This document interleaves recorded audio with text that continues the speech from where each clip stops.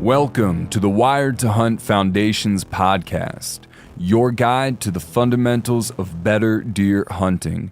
And now, your host, Tony Peterson. Hey everybody, welcome to Wired to Hunt Foundation's podcast, brought to you by First Light. Today's episode is about how easy it is to make poor decisions as the rut starts to ramp up.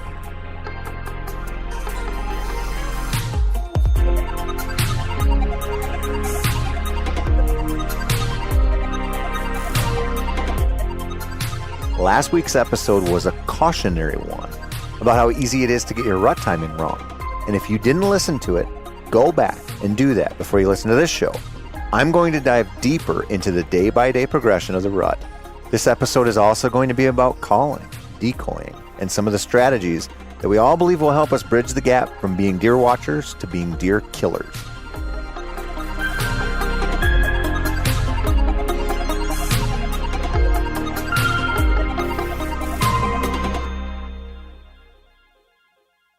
If there was a week in the whitetail hunter's world that maybe needed a hype music type of soundtrack, it's this one. In fact, since Mark is so into EDM, maybe he's got the perfect playlist for you. If not, it's okay.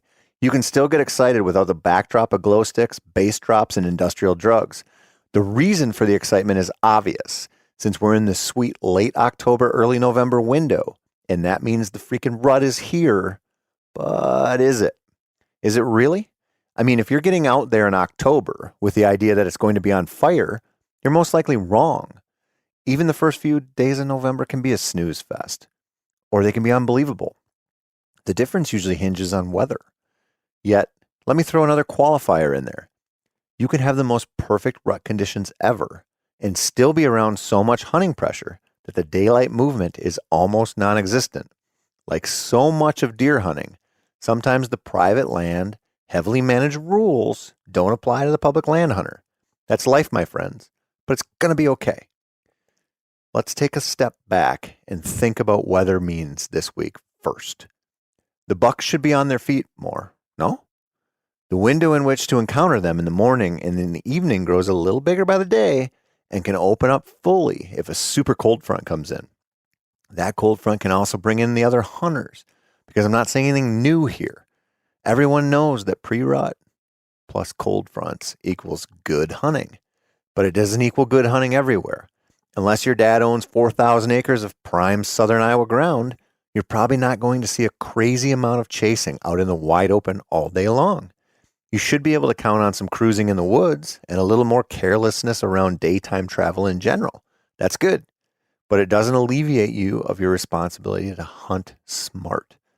During this week, which is full of so much promise, I personally do a couple of things. I hunt every chance I can, and I make sure I have enough spots to make that happen without sacrificing my future odds. This means that if it's a little warmer than it should be, or the wind isn't right for the spots I really want to hunt, I dig into the backups.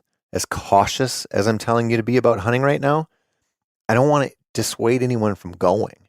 This is a great time to be in the woods, period. You just might not want to go sit your best rut funnel for 3 days in a row yet. Burning out a spot like that before it's really happening, it just doesn't do you any good. And sure, you can sit that one stand for 2 weeks in a row and eventually kill one, but can you really? Maybe, but it gets a hell of a lot harder if you spooked every doe group in the neighborhood last week. Also, ask yourself, do you have the resolve to sit a dead spot for days on end, believing that a buck will eventually come by? That's a tough one. I've volume hunted spots I truly believed in during the pre-rut and the rut, and it has sometimes worked. Other times, I've left the woods after days and days of trying, tired, frustrated, and totally befuddled. There are no guarantees they're going to come by, or at least the buck you want is going to come by. The more options you have for the diverse conditions you're likely to face, the better off you'll be. Have you noticed this in what I've been telling you for weeks and weeks and weeks since this Foundation podcast dropped? Options are important. Mobility is important. Now, this is tricky here, my friends, because you've got to decide on pushing a dead program, maybe on a killer funnel, or bailing on it. Confidence is one of those great intangibles that makes people good at stuff. You see it in sports. You see it in schooling with kids, and you see it in bow hunting. You got to gauge your conviction on whether you should ride a rut spot out or move. Why are you confident? What is the woods showing you? And don't forget, while it might feel like the rut is going to give you a whole bunch of mulligans if you get busted by does or scrappers or big bucks, the pre-rut won't. And neither will the deer, even if the rut should be banging, but it's just limping along. In either case, if you slip into a buck's comfort zone and he catches a big whiff of you, or he sees you up in the tree trying to take sunset pics or selfies for the gram, you probably won't kill that buck there, no matter how out of his mind with lust he gets during the rut. This is maybe the biggest point I'd like to make with this whole episode. Even though it feels awesome to be in the woods right now, because the rut advantages are growing bigger by the day, the pre-rut, even the last few days of it, will still feature cautious bucks. They won't tolerate mistakes, at least the ones that live with any kind of real hunting pressure. Pay attention to that, because it leads me to something I firmly believe in, and that is that most of us would be better off not calling or decoying or using scents right now.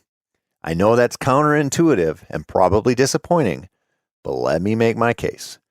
I know for a fact you can kill deer by calling them in, or by decoying them in, or if they catch a whiff of the good stuff that you've put out for them. I've done all of that, and I've done it on public land, and it's worked. But every time has been with bucks that were in their comfort zone and seemed very confident in their travel. They were the right deer for the right trick, and it worked. But it also didn't work a lot. It works even less the further you are from the heart of the rut. So right now, you might be thinking, it's prime time to rattle. After all, it freaking should be. But rattling in general is low odds proposition, and it's guaranteed to draw attention to your location. If you're not seeing bucks acting tough and not really getting the real woods vibe that things are about to pop off, should you be slamming the horns together? Probably not. This also goes for throwing out some chasing or tending grunts every 10 minutes. While you might think it's a no harm, no foul type of situation, it probably isn't. You're probably harming your chances, especially if the timing just isn't right. The same goes for putting out a full body decoy into a meadow on your favorite tract of public land. A buck might see it, and he might come in to fight it. Or the doe group living there might see it and turn absolutely inside out while snorting their way toward the horizon. What's the risk reward for your plans? Would it be better to wait a few days until the calendar and the conditions fall into lockstep and offer you a better chance? This might not seem like it means a whole lot, but for most of these tactics, a lot of us would be better off waiting a week or just not using them at all. I know that sucks, but after 3 decades of bow hunting pressured deer, I'm a firm believer in figuring out where deer like to walk and then getting there and then shooting them. The success rates I've seen on calling, on decoying, and on using scents are scary low, my friends. Worse yet, they often feel damaging and occasionally show me flat out that I'm causing damage by letting me watch deer spook away right out of my life. This is important, so I'll reiterate it once again. Using any tactic to attempt to draw a deer into bow range might seem like a low-risk deal, but it's probably not. The deer that slip downwind of your calling session, the ones that see you moving, or the ones that just booger at the sight of a wonky deer decoy are deer that you've just educated. On the flip side, you're out there to have some fun, right? If the promise of a blind rattling session makes you all warm and fuzzy, then by all means, clang those bitches together. It might work, and if it keeps you hunting and on stand longer, then that's not all a bad thing. Just think about why you're doing what you're doing and whether you want to take the risk. The same goes for calling to deer that you actually see. I've snort-wheezed in bucks during the rut and killed them, and have blown good bucks completely out of the county by snort-wheezing at them. Same goes for grunting. I've had bucks run in on public land after grunting at them during the rut. But we aren't in the rut this week, are we? We're in the pre-rut, and the likelihood of a mindless response is lower now than it'll be in just a few days or a week. Consider also what your competition is doing. If you're a public land hunter, or maybe you hunt out east, you hunt in the Midwest, you hunt down south on smaller tracts of land, private ground even, you've got lots and lots of people hunting the same tracts around you, you can bet your ass that your competition is out there calling away. You can bet that every hunter you meet, at the very least, is carrying a grunt tube, probably a bottle of dopey, and likely a set of rattling antlers or a rattling bag. You know they are blind calling. How many deer are they going to educate to these tactics?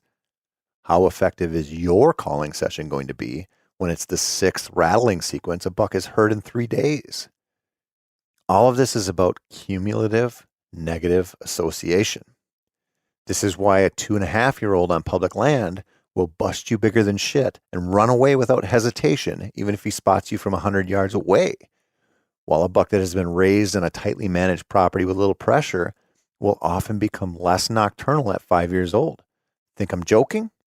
One of the most prominent whitetail experts out there told me that this is exactly what happens on his farm.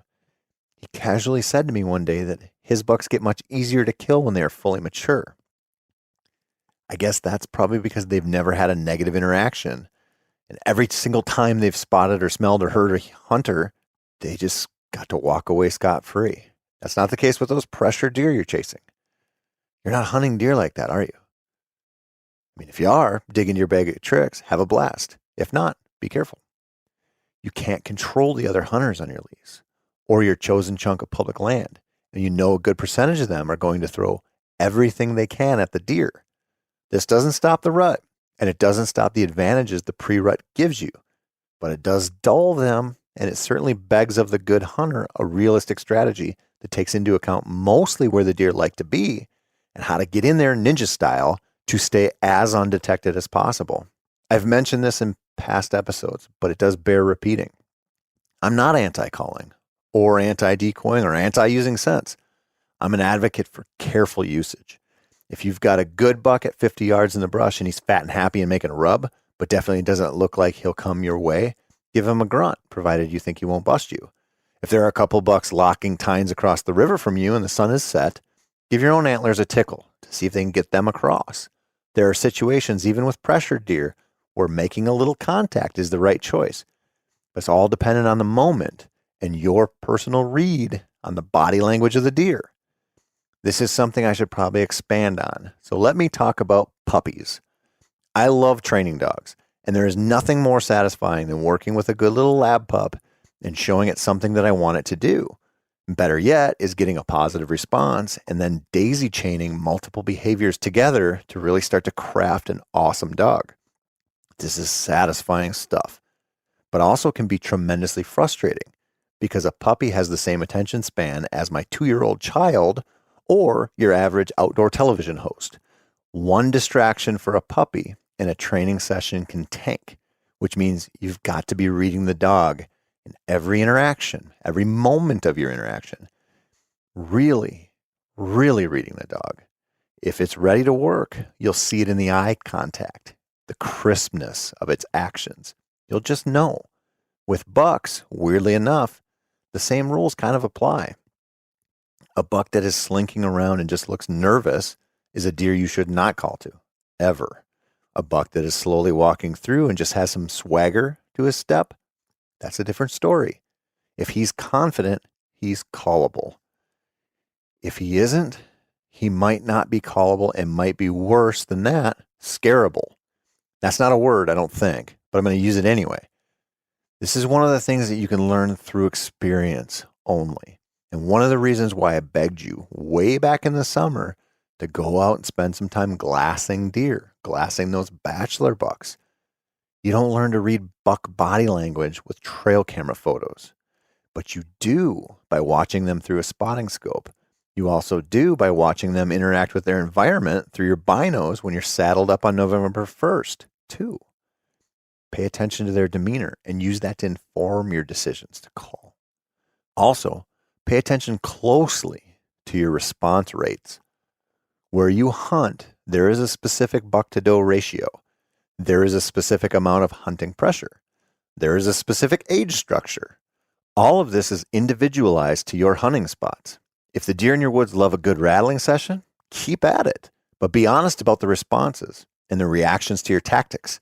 This will tell you an awful lot about whether you should just keep trying them, try them only in highly specific conditions, or force yourself to go old school and wait for natural movement to bring the deer past you. I know that doesn't sound as much fun, but planting your butt in a good spot waiting for the deer to come to you is about as rock solid of a deer hunting plan as there is, regardless of your individual hunting situation. That's the real key in the pre-rut. Time in the woods. This might seem too early for all day sits, but it's not. It's not the time when I'd burn all my PTO to sit dark to dark, but if you got a day or 2 or 3 to work with, you're a hell of a lot better sitting 17 feet up in a good spot than sitting at home listening to your kids fight over who has to go downstairs to get the laundry. It's also a good time to shut off your social media and forget about what others are saying. You'll hear about an early rut, or the rut isn't going to happen until such and such date. You'll see grip and grins of giants and read about the hot doe that had 6 Pope and young bucks on her tail. None of that matters. The rut has been happening at the same time for thousands of years, and it'll happen at the same time for thousands more. You know that the last week of October is good, and that the first couple of days of November are even better, unless you're way down south and you got to bump this stuff back a little bit to coincide with the rut in your area. Someone 3 states away bragging about a great rut hunt on October 27th does nothing for you. It doesn't matter one way or the other. Work with what you actually know about deer behavior now.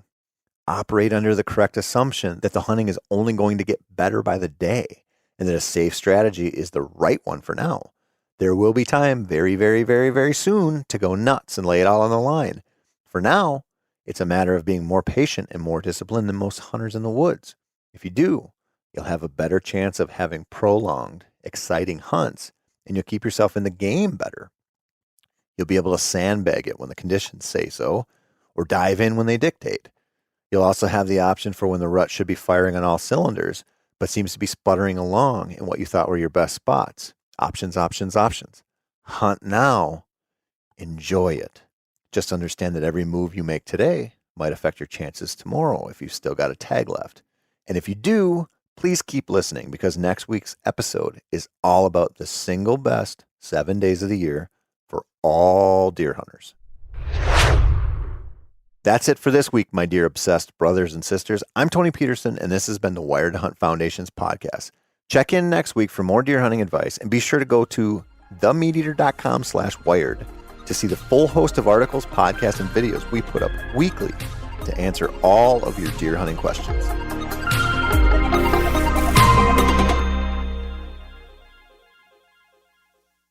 I'm sure a lot of you guys remember the old ceremonial hunting tradition of eating the heart out of the first animal you kill. Meat from those organs are among the most nutrient-rich foods on the planet.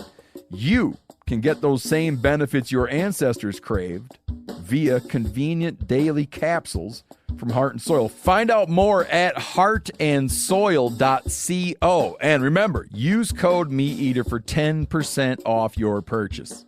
Outdoor adventure won't wait for engine problems. Things like hard starts, rough performance, and lost fuel economy are often caused by fuel gum and varnish buildup. Seafoam can help your engine run better and last longer. You simply pour a can into your gas tank. Hunters and anglers rely on Seafoam to keep their engines running the way it should the entire season. So pick up a can of Seafoam today at your local auto parts store or visit seafoamworks.com to learn more.